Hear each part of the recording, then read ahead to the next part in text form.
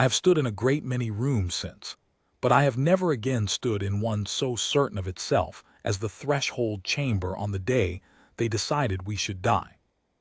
They did not call it that, of course. The Sarin hegemony did not vote on deaths. It voted on procedure.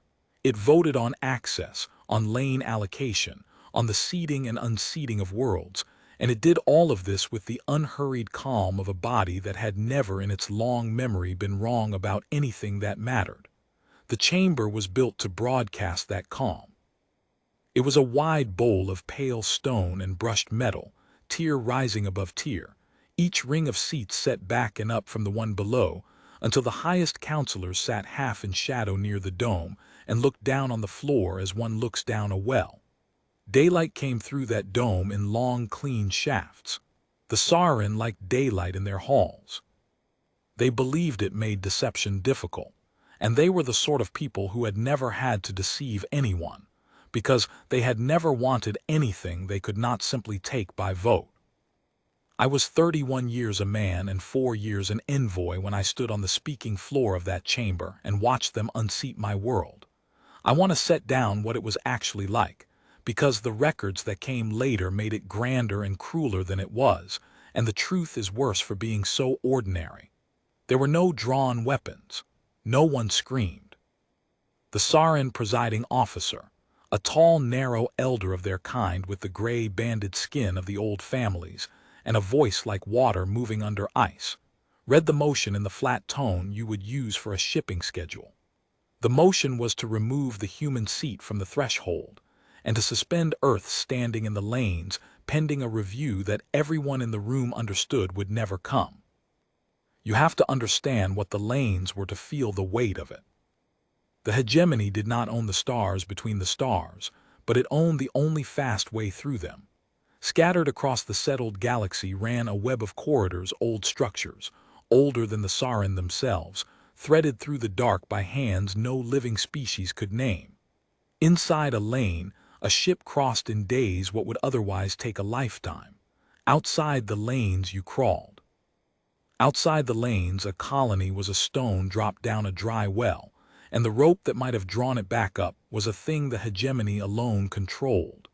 To be seated at the threshold was to be given a key to that web, a protected passage, a share of the corridors, a voice in how they were used. To be unseated was to have the key taken back and the door locked from the other side. No one had ever survived it. 11 worlds in recorded memory had been cut from the lanes, and 11 worlds had gone quiet inside a generation, their colonies starving on the far ends of corridors they could no longer reach, their homeworlds drawing inward and shrinking and at last falling silent. The Sarin kept the list. They did not keep it as a warning. They kept it the way a careful man keeps receipts. We were to be the 12th. I knew why before I was told, though they told me anyway, because the Sarin loved to be understood. We had been seated only 19 years. We were new, and we were wrong in a way that unsettled them. We had come up out of our own gravity well slower than any of them, true, but we had come up alone, without a sponsor, without a patron species lifting us into the lanes, the way every other young world had been lifted.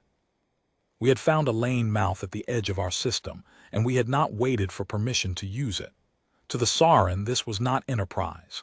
It was a kind of indecency. A species was meant to be invited. A species was meant to arrive grateful and remain grateful, and to understand that its place at the table was a gift that could be withdrawn. We had never quite learned to be grateful, and worse than that, we had begun to be useful in ways that did not depend on them. Our ships were crude, but they were many. Our people went everywhere, took the hard contracts, learned the lanes faster than was decent. Within a generation, the quiet ones along the lower tiers had begun to say, we would have a real voice, and the old families did not intend for that voice ever to be raised. So they found a pretext, the way bodies like that always do. A border incident, a disputed claim out past the Carrick verge, a Sarin survey vessel that had been somewhere it should not have been and was lost there, and the question of whether human hands had been involved. It did not matter whether they had. The vote was never about the survey ship. The vote was about us, and it had been decided in the private rooms behind the chamber weeks before I ever stood on the floor. I knew that too. I had been a diplomat long enough to feel a settled room. You learn the temperature of a place where the real decision is already made, and the session is only the body clearing its throat. The lower tiers would not meet my eyes. The middle tiers watched me the way you watch a man already sentenced, with a careful, distant pity that costs nothing. And the old families up near the dome did not watch me at all. They watched the presiding officer, and they waited for him to be finished, because they had things to do that afternoon, and this was not, to them, a large thing. I had been told quietly, by one of the lower-tier delegates who was kinder than her standing allowed, a small gray woman of a client species who had befriended me over 4 years of dull committees, that there was no speech I could give that would change it. She told me this in a service corridor the night before, and I believed her. I want that on the record, because of what people came to believe about that day. They said the human envoy made a great oration, and the Senate sneered and cast him out. There was no oration. I had written one. I had stayed up 2 nights writing it, and it was a good speech, and somewhere in the writing of it I understood that to give it would be the last useless thing a man could do. A speech is a request. It says, hear me, weigh me, change your mind. And I had spent 4 years among these people learning one thing about them above all others, which was that they did not change their minds for being asked. They changed their minds for being shown they were wrong, and there was nothing I could show them that afternoon. The proof was years away, and I did not yet know it existed. So when the presiding officer finished reading the motion, and the chamber went through its slow machinery of voting, the tiers lighting in soft amber as the seats registered, ring after ring, the count climbing toward a number that had been certain since before I arrived, I did not give the speech. I stood with my hands at my sides and I let it happen. My 2 aides stood behind me. One of them, a younger man named Hollies, was crying without sound, the tears just running and his jaw set so he would not shame us by making a noise, and I have loved him ever since for the discipline of it. The other, an older woman named Fair who had spent 30 years in our service and had no illusions left, stood like a post and stared at a point above the presiding officer's head, and I knew she was counting the votes too, and I knew she had stopped counting when the count passed the point where counting mattered. The motion carried. The amber light filled nearly the whole bowl. The presiding officer did not gloat. That is the thing I have never been able to make people understand. He did not gloat, because to him there was nothing to gloat about. He had performed a procedure. A world that should not have been seated had been unseated, and the small irregularity of our existence had been corrected, and the galaxy would settle back into its proper shape. He announced the result in the same flat schedule voice, and then he did the thing that the Sarin did, the thing that was their custom for an unseating, the thing they thought of as merciful and dignified, and that I have hated every day of my life since. He had the seat removed. In the threshold chamber, every seated world had a physical chair on the lowest ring of the floor, a real object, made when the world was admitted, carved or cast in the manner of that world's choosing. Ours was plain.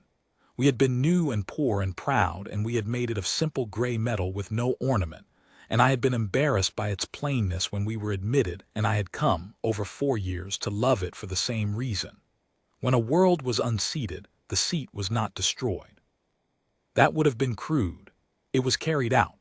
2 attendants in the pale livery of the chamber came down to the floor, lifted our plain gray chair between them, and bore it away through a side door without hurry and without disrespect, and the gap it left in the ring of seats was the loudest thing in that whole silent hall. The Sarin kept the removed seats somewhere. A long gallery, I was told once, full of the chairs of dead worlds. They did not throw them away. They filed them the way the presiding officer filed his receipts. When the seat was gone, the presiding officer turned the flat of his gray face toward me. The Sarin did not have eyes the way we do, but rather a band of dark sensory tissue across the brow, and to be looked at by one was to feel regarded by a window. And he asked me, with what he intended as courtesy, whether the human delegation wished to make a statement before withdrawing. This was the moment the speech was for. This was where the oration went. I felt it sitting in my chest, 2 nights of work, every true and bitter and reasonable thing I could have said. I said no. That was all. I will not pretend it was wisdom.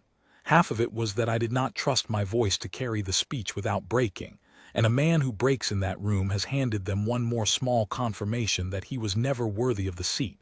But half of it was something harder and clearer, something I did not have words for until much later. I understood, standing there, that every word I might say would be filed, weighed, added to the list. That they wanted a statement the way they wanted everything from us, as a small proof of their rightness, a record of the unseated world pleading or raging or weeping at the end. And I would not give it to them. They had taken the seat.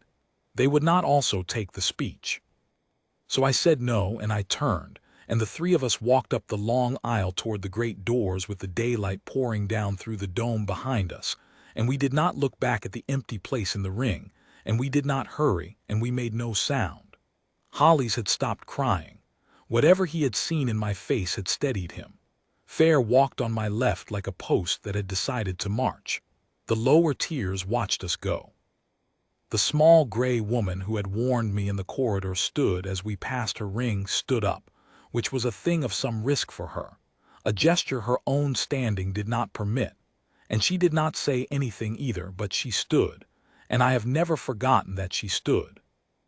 The doors closed behind us, with the soft, enormous weight of doors built to close on worlds.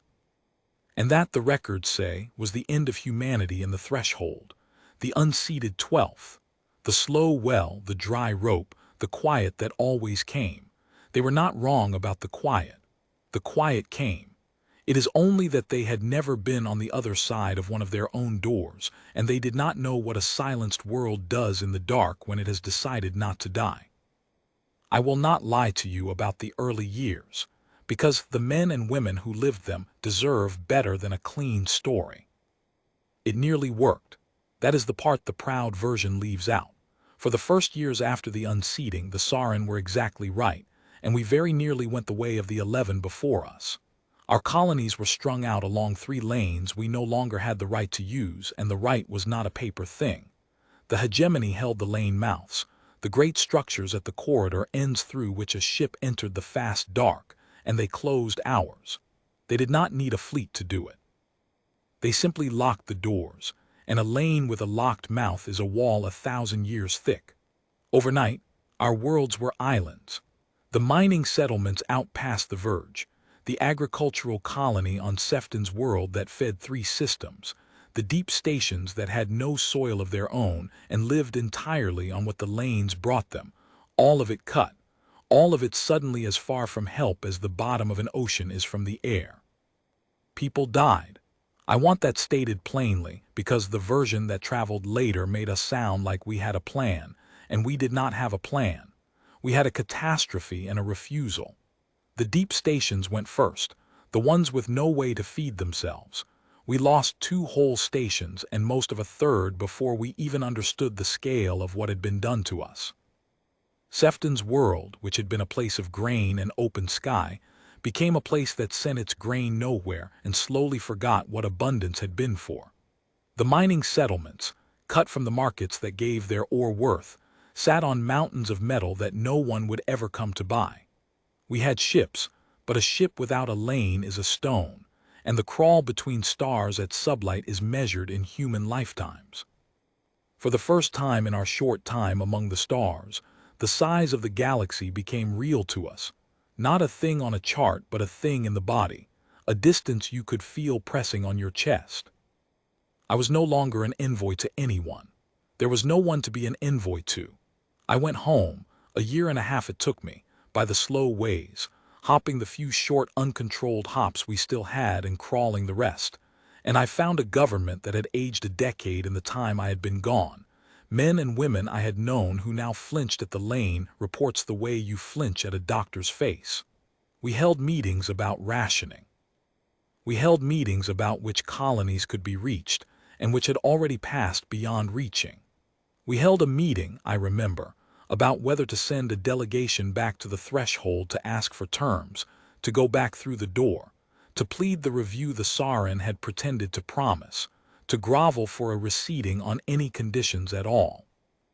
I argued against it. I had been in that chamber. I knew what waited for a delegation that came back asking. They would not recede us. They would hear us plead, and they would file the pleading, and they would decline, and they would have what they had wanted all along, not merely our absence from the table, but our admission that we could not live without it. The list of the 11 dead worlds was not a list of murders. It was a list of confessions. Each of those worlds, somewhere in its dying, had sent its envoy back to ask, and the asking was the thing the Sarin collected. I would not add us to it. What do we do, then? A man asked me, an old colleague, tired past anger. If we cannot ask and we cannot reach our own people, what do we do? I did not have an answer that day. I had only the refusal. But the refusal, it turned out, was the beginning of the answer, because a people that will not ask for the door to be opened is a people that has to find out whether it can build a door of its own. We began, as great things often begin, out of pure desperation and with almost no idea what we were doing. The lanes were old. Everyone knew the lanes were old. The Sarin had not made them, no living species had.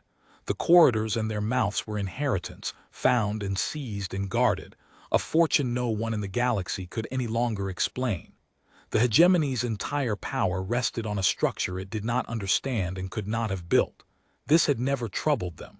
Why would it? You do not need to understand a river to charge a toll at the bridge. For thousands of years the lanes had simply run, and the Sarin had simply held the mouths, and no one had ever needed to ask the question that we, cut off and crawling, were now forced to ask every single day. How does the thing actually work? We asked it because we had to. A seated world never has to. That is the whole of it in the end, and I did not understand it for years, but I understand it now. Every other species in the galaxy received the lanes as a gift and used them as a convenience, and never once had reason to take the gift apart to see what was inside, because the gift was always there and always would be. We were the only ones who had it taken away. And a thing you have lost, you study. A thing you cannot have, you learn to want with your whole mind. We had nothing left to do with our grief, and our trapped, brilliant, frightened people except point them at the one question that might matter, and we pointed them at it. And they did what our kind does when it is cornered and furious and has run out of every other option. They got to work. I cannot tell you the science of it, because I was a diplomat and not a physicist, and because the men and women who did the work spoke a language I only ever half learned. But I can tell you the shape of the years. I can tell you that we had captured, before the unseating, 2 damaged lane mouths in our own space, minor ones, low traffic, the kind the hegemony had not bothered to lock because they led only to us. I can tell you that our people took those 2 mouths apart over the course of 11 years, not physically at first, but in measurement, in patient, brutal observation, building instruments to see what the structures did to the dark around them, mapping the way they reached out and folded the distance. I can tell you that the first time a human-built device opened so much as a hand's breadth of fast space, it killed the 4 people standing nearest it, and that we held funerals for them as for soldiers. Because they were. I can tell you that the second generation of the work was led in part by the children of the first, who had grown up in rationing and grief, and the particular cold patience of a people that has been told it will die and has decided, without drama, simply not to. And I can tell you about Sefton's world, because that is where I want the proud version to actually begin, and not in the chamber. Sefton's world was the agricultural colony, the place of grain and open sky, cut off and slowly forgetting abundance. It should have been one of the early deaths. It was far out, it had no industry, its people were farmers and the children of farmers. But Sefton's world had something the deep stations did not, which was time and ground and a stubborn refusal to lie down. And over those years it became, of all the unlikely things, the place where the work came together. The colony turned its great empty grain silos into laboratories. Its farmers, who knew patience the way the Sarin knew procedure, became the steadiest hands in the program. The first lane mouth that humanity built, not captured, not inherited, but built, raised from nothing by hands that understood what they were raising, was raised in the sky over Sefton's world, in the 18th year of the exile, by the grandchildren of people the hegemony had marked for a quiet death. I was there. I was an old man by then, or felt like one. I stood in a field that had once grown grain and watched a structure we had made reach out into the dark and fold it, and watched the first ship cross from Sefton's world to a station 4 lifetimes away in the space of a single afternoon, and I wept the way Hollies had wept in the chamber, without sound, with my jaw set, because some griefs and some triumphs are too large to be allowed a noise. It was not the hegemony's lane. It was ours. It was slower than theirs in those first years and cruder, and it had cost us more lives than I will ever be able to count or forgive. But it ran.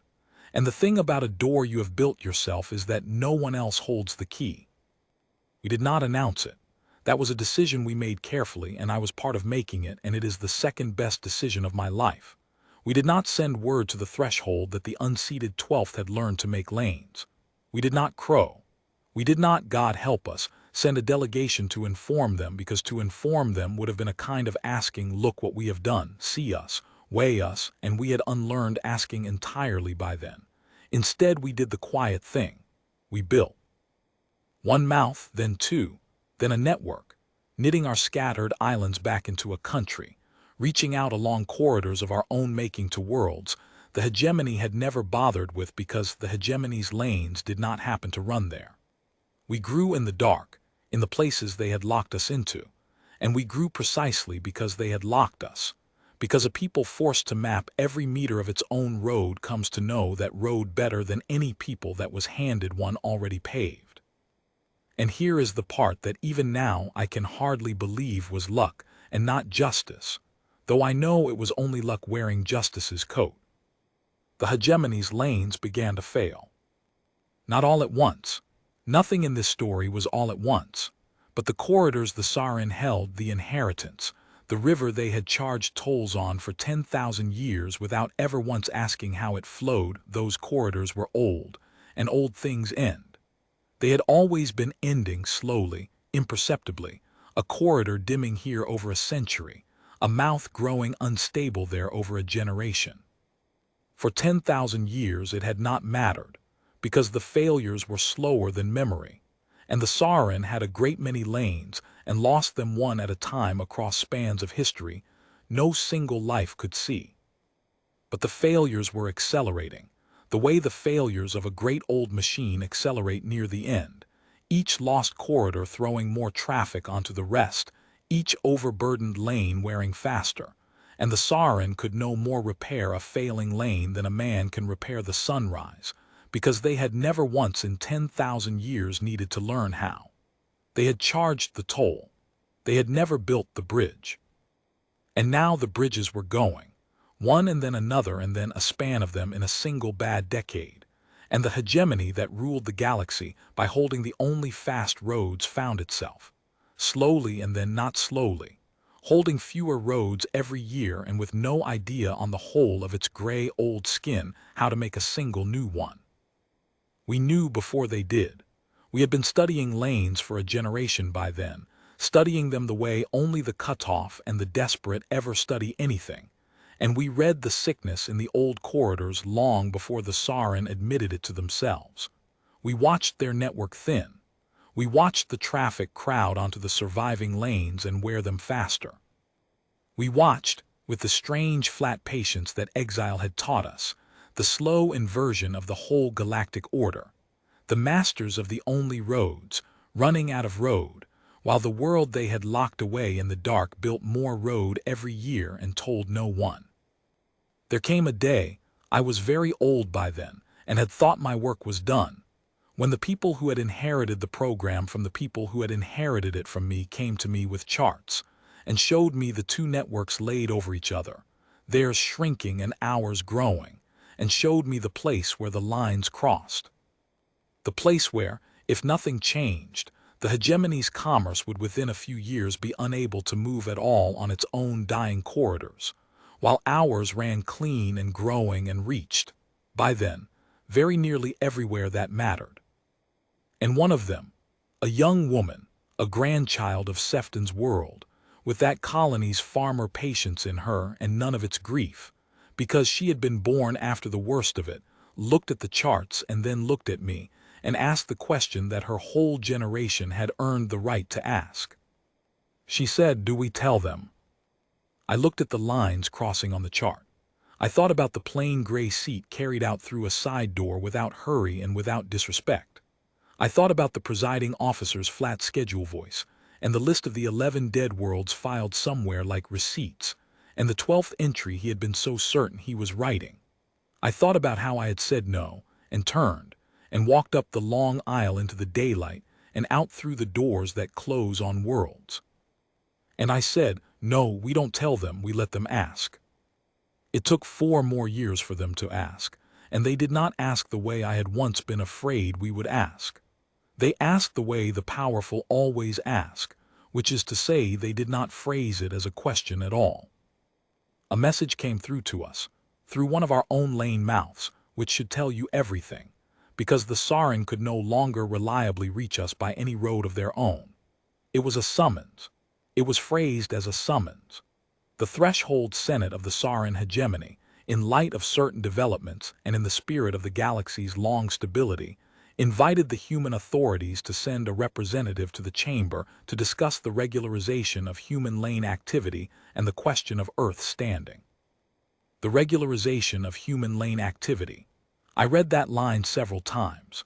They had noticed at last that there were roads they did not own, and being who they were, their first instinct was to make them legal, to fold our roads into their order, to issue us a permit for the thing we had built in the dark while they were starving us. The question of Earth's standing, the message said, as though our standing were a thing that still hung in their gift. As though, after everything, the chair were still theirs to carry back in. Our authorities debated who to send. There were younger and abler diplomats by then, men and women who had never stood on that floor and did not carry what I carried.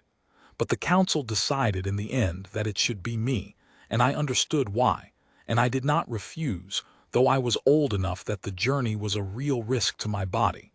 They sent me because I had been the one who said no. They wanted the same mouth to say the next thing that the chamber needed to hear, so that the Sarin would understand it was not a new humanity arriving, but the same one, finishing a sentence it had begun a lifetime ago in the same room. I went back through the door that closes on worlds. I went back the fast way, on one of our lanes, not theirs, a thing that I do not think the chamber ever fully grasped, that the human ambassador had arrived in their capital by a road the hegemony did not control and could not have traveled. Our pilots brought me in clean and quick, and I stepped out into the Sarin capital, an old man with a young country at his back.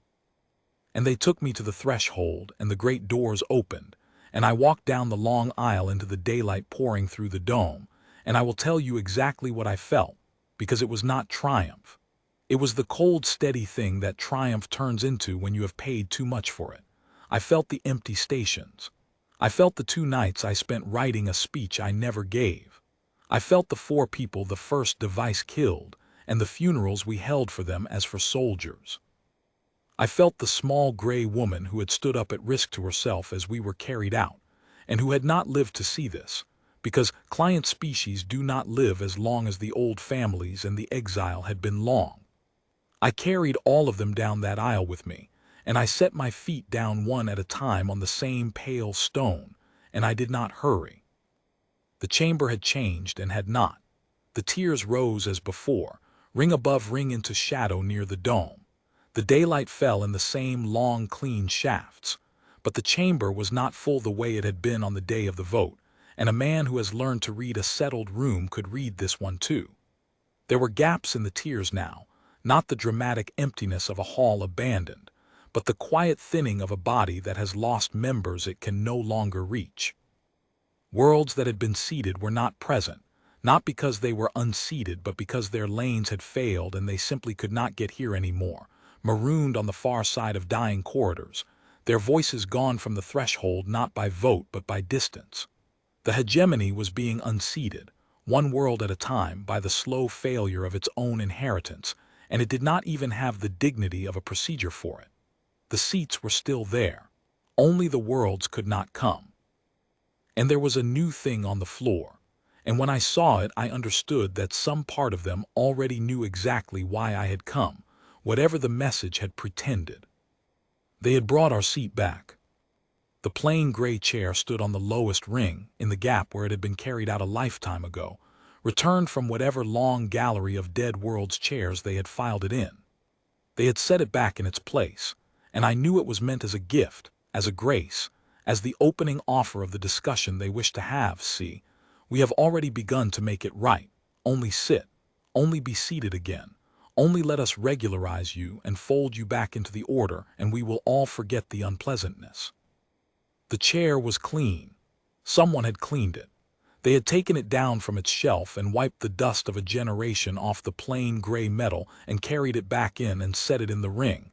And the kindness of that, the awful procedural kindness, very nearly broke me where the cruelty never had. The presiding officer was new. The one who had read the motion was long dead. The Sarin lived long, but not that long, and a lifetime is a lifetime. This one was younger, by the standards of the old families, his banded skin not yet fully grayed, and he had not been in the chamber on the day of the vote. He had inherited the body the way they inherited everything, the lanes and the power and the certainty, and he stood now in a chamber thinning around him, and he did not yet fully understand what he had inherited, which was a debt. He greeted me with the flat, courteous voice they all had. He thanked the human authorities for sending so distinguished a representative. He gestured, with what he plainly believed was magnanimity, to the plain gray chair waiting in the ring, and he invited me to be seated, that we might discuss the regularization of human lane activity and the restoration of Earth standing in the threshold. He used that word, restoration, as though they were restoring something to us. I did not sit in the chair. I stood on the speaking floor, in nearly the same spot where I had stood a lifetime before, and said no, and I let the silence go on a moment longer than was comfortable, because I had learned over a long life that the powerful are never so unsettled as when the room is quiet and they cannot tell why. The tears watched me. The thinned, frightened, proud old body of the hegemony watched the human ambassador decline to sit in the chair they had so graciously carried back, and a current went through them, ring to ring, that I had felt only once before in that chamber, on the night before the vote in a service corridor, from a small gray woman who knew the truth before the body would say it. They were beginning to understand. Not all of them, and not fully, but the quick ones in the lower tiers, the ones with the least to lose and therefore the clearest sight. They were beginning to understand what it meant that I had come by a road they did not own, and would not sit in a chair they had carried back. I had brought one thing with me.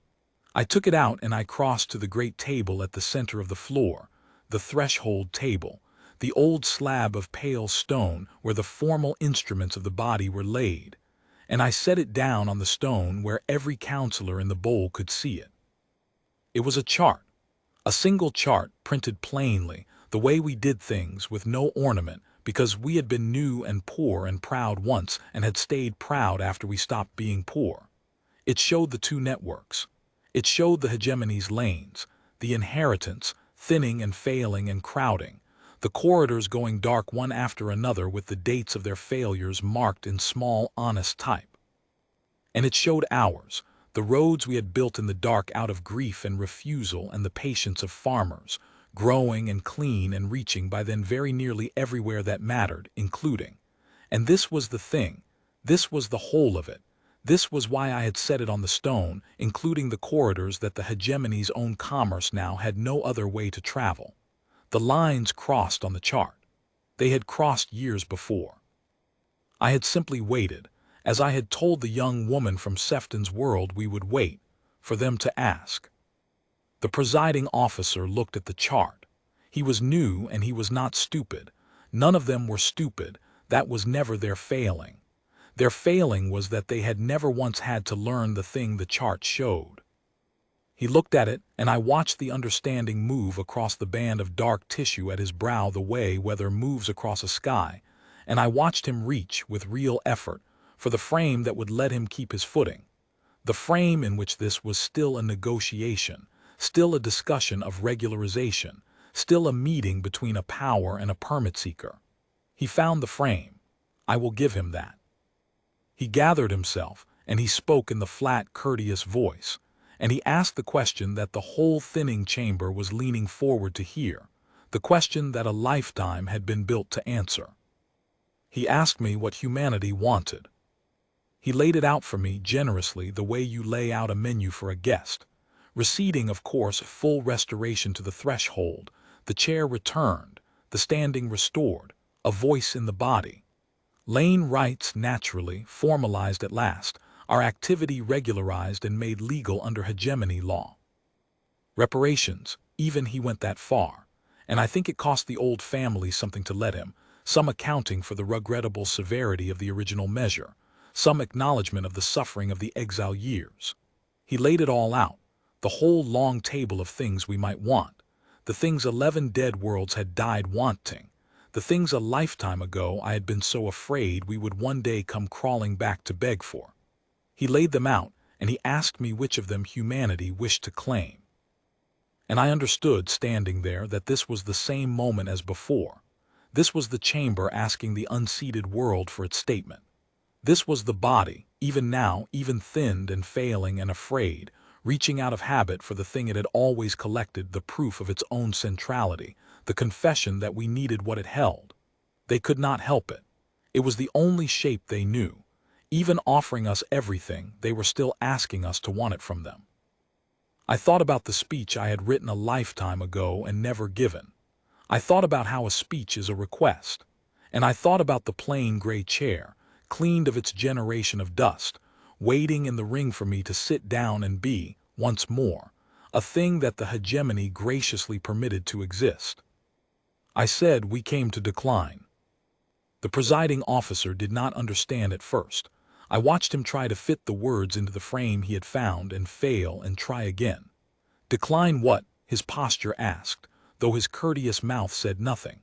Decline the reparations. Decline some part of the offer, the way a careful negotiator declines an opening bid to drive for a better one. He waited for me to go on, to make a counteroffer, to name our price. Because in his whole long inheritance, there had never been a world that came to the threshold and wanted nothing it could give. I did not make a counteroffer. I let the chart speak, because the chart had already said the only true thing in the room, and because I had unlearned asking so completely by then that I no longer knew how to do it even when asking would have flattered me. I touched the printed lines once, the crossing point, the place where our roads passed theirs and kept going. I said the second thing, and it was the last thing, and it was short, the way our strongest things had always been short, because we had learned in the dark that a people that has to explain itself has already lost the room. I said, your lanes are ending, ours are not. We did not come to be let back in. We came to tell you the table moved. And then I was quiet, and I let the chamber sit in it. I want to describe what happened in the tears because it was not what the proud version says. The proud version says the Senate erupted, that there was uproar, that the old families howled. There was no howling. The Sarin did not howl. What happened was quieter and far worse for them. What happened was that the body understood, ring by ring, tier by tier, climbing from the quick, clear-sighted ones in the lowest seats up toward the old family's half in shadow near the dome. And as the understanding climbed, the chamber did the thing I had once done in it. It went silent. Not the settled silence of a room where the decision is already made, but the other silence, the one underneath that, the silence of a body realizing that the decision was made years ago, in the dark, on a farm world it had marked for death, and that it had not been consulted, and that it would never again be the one who decided. They had carried our chair back as a grace. and the human ambassador had stood beside it and declined to sit, and told them, without raising his voice, that the place where the deciding happened was no longer their chamber, and there was nothing in 10,000 years of procedure that told them what a body does when it learns it is no longer the center of anything. The presiding officer found his voice after a while. He was young and he was proud, and he was, I think, genuinely trying to do well by the body he had inherited, and I have never entirely hated him, because he had not been in the room on the day of the vote, and the debt he was being made to pay was not one he had run up. He asked, and there was something in the flat, courteous voice now that had not been there before, something that in a human I would have called the beginning of grief. He asked what, then, humanity proposed. If we did not want receding, if we did not want our standing restored, if we did not want the things the threshold could give, then what did we want of them? It was the right question, finally. It was the first true question anyone had asked me in that chamber in 2 lifetimes. And the honest answer, the answer I gave, was the hardest thing the old families ever had to hear, because it was not a threat and it was not a demand, and it was not anything they could vote on or file or fold into their order. I said nothing. I let it land. Then, because the young one deserved at least the shape of a future, and because we were not the Sarin and had never wanted to become them, I gave him the one thing more. I said, when your lanes fail, your worlds will need roads. We have roads. Our roads are open to any world that wants to use them, on the same terms for all, and no world that uses them can be cast out of them by a vote, because they are not ours to ration the way you rationed yours. That is the whole of it. There is nothing to negotiate, and there is no seat to restore, and there is no standing to grant us, because we do not take our standing from this table anymore. Your worlds may come to our roads as worlds free, or they may stay on your dying lanes as your subjects. That is a thing they will decide, each of them, and not a thing you will decide for them. The deciding has moved. I came to tell you so, and I have told you, and now I am going home. And I picked up nothing, because I had set down only the chart, and the chart was theirs to keep. A gift I rather hoped they would file somewhere alongside the receipts, in the long gallery where they kept the chairs of dead worlds. I turned. I walked up the long aisle, the same aisle, the daylight pouring down through the dome behind me as it had a lifetime before. The plain gray chair stood empty in the ring, cleaned and returned and refused, and I did not look at it, and I did not hurry, and I made no sound. The tears watched me go. Somewhere in the lower rings there were Sarin of the client species, the kin of the small gray woman who had stood up for me once at her own risk, and I do not know whether they understood that I was walking out for her too, but I was. The great doors opened ahead of me, the doors that close on worlds, and I walked through them into the light, and they closed behind me with the same soft, enormous weight, and this time the closing was not the end of us. This time it was only a door, and on the other side of it our pilots were waiting to take me home the fast way, on a road of our own, through a dark we had learned to fold with our own hands. I am very old now, and I have told this story more times than I can count, and I have watched it change in the telling until I hardly know it. They have made me brave in it, and I was not brave. I was a frightened man who got lucky enough to live long enough to see his stubbornness vindicated, which is a different and smaller thing than bravery, and the difference matters. They have made the Sarin into monsters, and they were not monsters. They were a people who had been right for 10,000 years and had no idea what to do on the day they were wrong, which is a thing that could happen to anyone, and a thing the young of my own country would do well to fear for themselves. We are the strong now. We are the ones who hold the only roads. I have lived long enough to hear a young human diplomat speak of an unseeded world in the flat schedule voice I once heard used about my own, and it stopped my breath, and I told her to find a different voice or find a different work, and I do not know whether she listened. But there is one thing in the story that is true exactly as it is told, and I will end on it, because it is the only part I have never wanted to change. They asked us what we wanted. After everything, the locked mouths, the dead stations, the funerals for the four, the long, cold, patient years on a farm world learning to build a door in the dark, they brought our chair back, cleaned of its dust and set it in the ring, and asked us what we wanted, and offered us everything they had once taken and more. And we declined. Not because we were proud, though we were. Not because we wanted them to suffer, though some of us did, and I will not pretend I was always above it. We declined because we had learned the one thing a seated world never has to learn, the thing that the whole long, arrogant inheritance of the hegemony had never once been forced to discover, that the worst thing they can do to you is not to cast you out. The worst thing they can do is convince you, on your way out the door, that you cannot live without the table. And we had walked out of that chamber a lifetime before with our chair carried off behind us, and somewhere in the long crawl through the dark that followed, somewhere between the dead stations and the door we built over Sefton's world, we had stopped believing it. That was the whole victory, not the roads. The roads were only the proof. The victory was that when they finally asked us what we wanted from them, we looked at the chair they had cleaned and carried back, and we found, to our own quiet astonishment, that the honest answer was nothing at all. They called it exile. They filed it as the 12th. We came back and set a chart on the table and told them the table had moved, and then we went home the fast way, on our own road, and left the chair empty in the ring where it stood. I hope they kept it. I hope it is in the long gallery now, among the chairs of the worlds they were sure they had buried. I hope some young Sarin walks that gallery one day and comes to the plain gray one, cleaned and never sat in again, and asks an elder what world it belonged to, and is told the truth, that it belonged to the only world they ever unseated that did not have the decency to die, and that it stands empty not because that world is gone, but because that world, in the end, simply did not want it back.